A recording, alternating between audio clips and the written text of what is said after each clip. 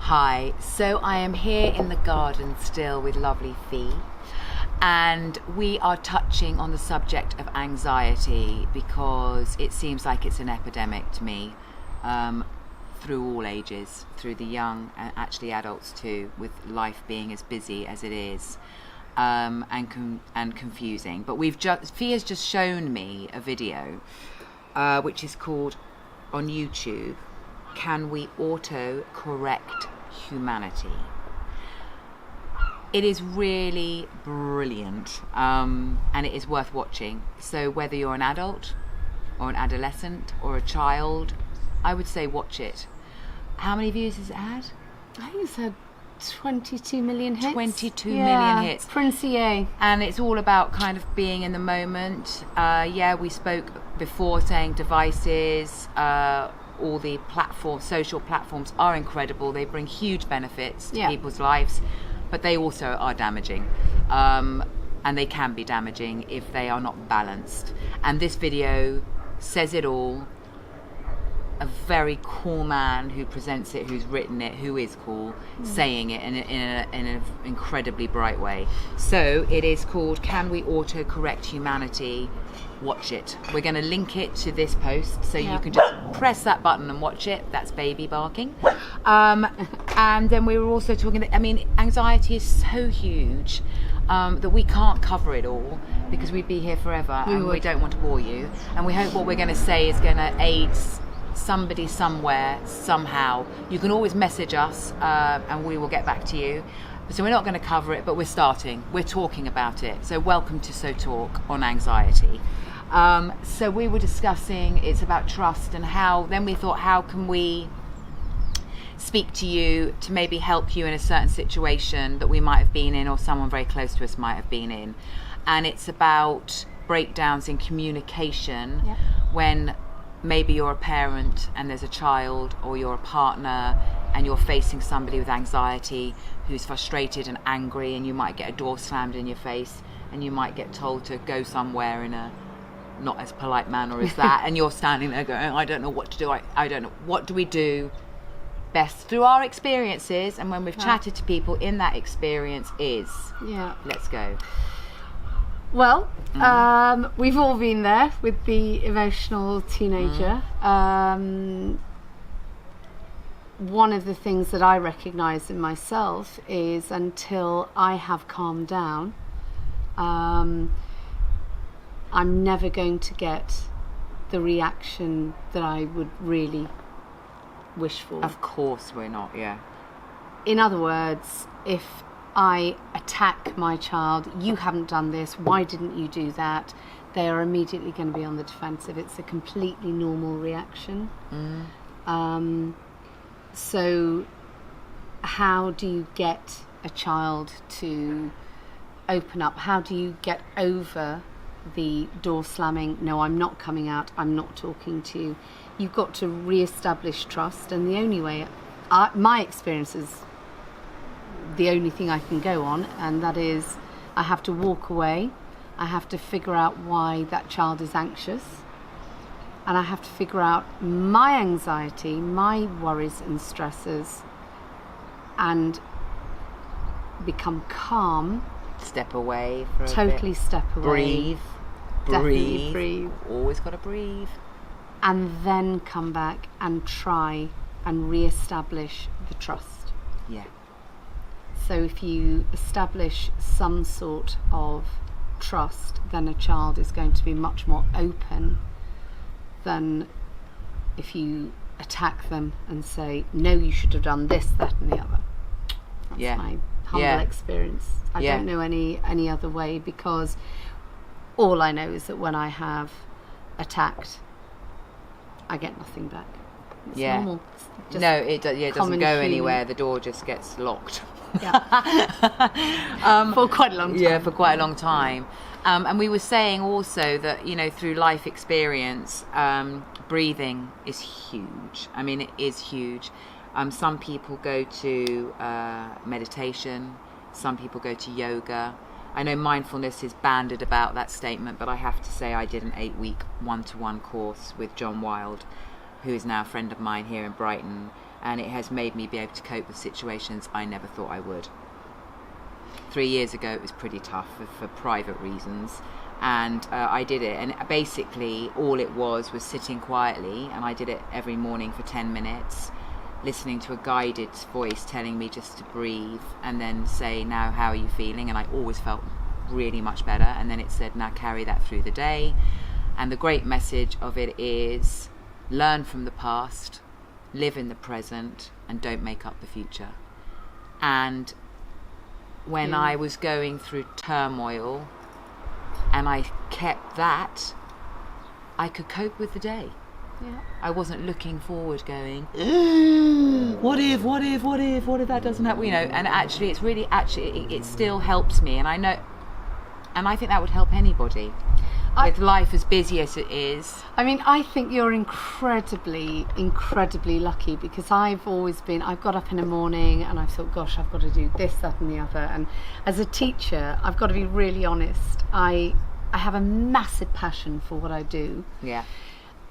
Based on my love of English literature, and yet I still every single morning quake in my boots, and that makes me very vital, and I think that probably makes my lessons very dynamic. But nevertheless, I do have that daily anxiety. I've never been able to do deep breath and carry it through. So my experience is, I close the door to the classroom, I welcome the children, and then I take my deep breath, and then I roll. And then I might have my sock of anxiety halfway through when I suddenly realise that half of the class haven't got what I'm talking about, and I have to restart again. But then I will really stop and physically stop and take a breath and think, okay, I've got to approach this in a different way.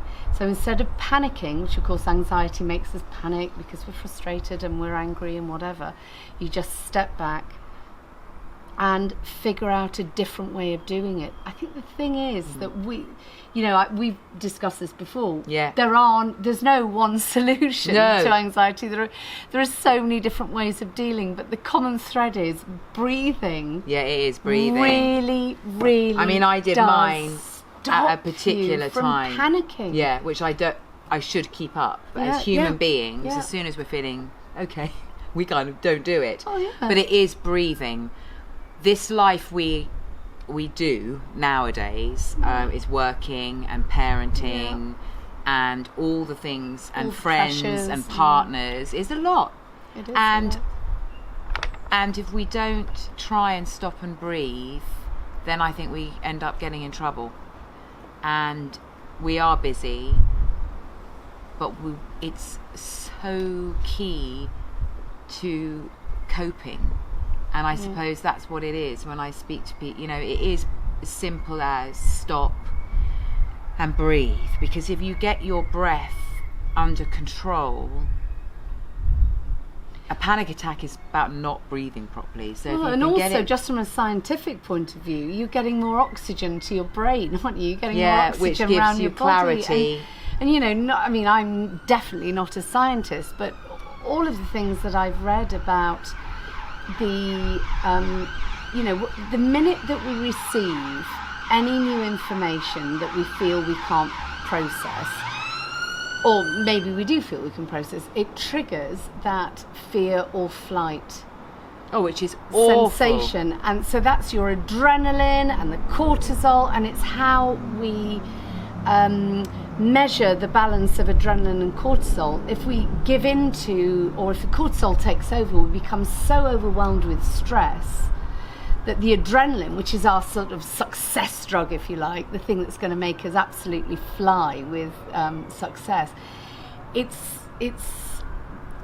padded down by our fear of not being able to achieve. And I think just stopping and actually breathing really physically does release much more oxygen into your blood, which means you are going to think more clearly. Yeah. I mean, the clarity that you need to be able to then look at a situation and then figure out how to deal with it.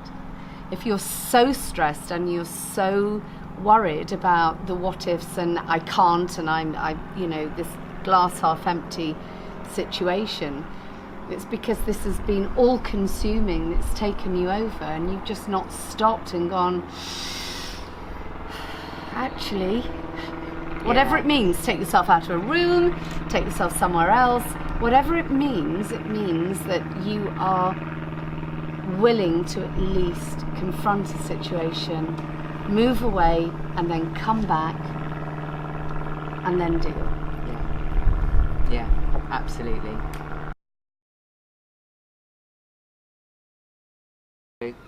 Yeah, I think one of the key things I wanted to perhaps relate is that, having always known I've been a relatively anxious person, with a few years on my shoulders now, I feel much more equipped to deal with anxiety because I take the time to stop and perhaps think about what I'm going to say before I react. Yeah, time out, isn't it? And that makes a massive difference. But to anybody looking at this who's 13 or 14, go, well, that's all very well, but you're 50, I'm 13. I'm not going to sort of sit there and take this time to, everything I do is based on reaction. And to that, I would say, just own it. As long as you own your own, you understand how you're reacting and why you're reacting. Even if you don't understand why you're reacting, it could be a great big hormonal surge. Sometimes you don't know. Yeah, you don't, do you? So it could be a massive hormonal surge and you burst into tears for absolutely no reason. There's always a reason, and it doesn't mean that you can't just take yourself out and go and figure that out for yourself. But don't become isolated, don't stop talking. Because when we're stressed, we tend to retract, and pull back, we then succumb to that stress. And that's when we stop talking. And there is also nothing wrong, ever, with asking for help. Yeah. Ever. And we think, we can't say it, we've said it before, or they won't understand, or always ask for help. And especially to mum and dad who maybe have seen the wrong side of a situation. They may have got it wrong. They're human. They are totally human. And to establish that trust, to make sure that you can keep that communication channel open. Mum and dad have got to go over to their corner and have a word with themselves, and maybe you do as well. But keep the communication channel open, because that's when you can find the levity again and you can start laughing, and that in turn is going to completely quell your anxiety. Absolutely. And it isn't a magic wand and it won't happen every time, but if it makes you stop and think instead of reacting and screaming at somebody or jumping down somebody's throat, if it makes you stop and think, maybe I'm just going to have a word with myself on my own. And also and then come back. People do pretend, or not pretend, or act sometimes that they're better than they are. Yeah. I've spoken to people in the menopause that have anxiety, that can't go out their front door to go to work. Yeah. Talk, because I guarantee you 3 people in your street have felt it. Yeah. We do understand it. It can be very isolating. It can be very awful and quite debilitating. But do reach out to somebody. The one thing we've got all similar in this world is we're all alone. So we're not alone. Because there are amazing people out there that you reach a hand out, will grab your hand and help you. Oh, John Donne, no man is an island. No man is an island. So we'll finish on that. We will, absolutely. No man is an island. We're all connected. connected. Anxiety. Let's put our hands here, our feet on the floor, straight back. Breathe. Can you see my Roman nose? Oh, great. Just great. Keep laughing. Keep laughing. Levity. Wear bright colours and dance for the people you love. Yeah, That's a good absolutely. quote. And don't worry about the rest. No. You know, never be judged. No, doesn't matter if you fail your maths exam. Doesn't. Yeah, it really I'm gonna do doesn't. dinner. We're living proof.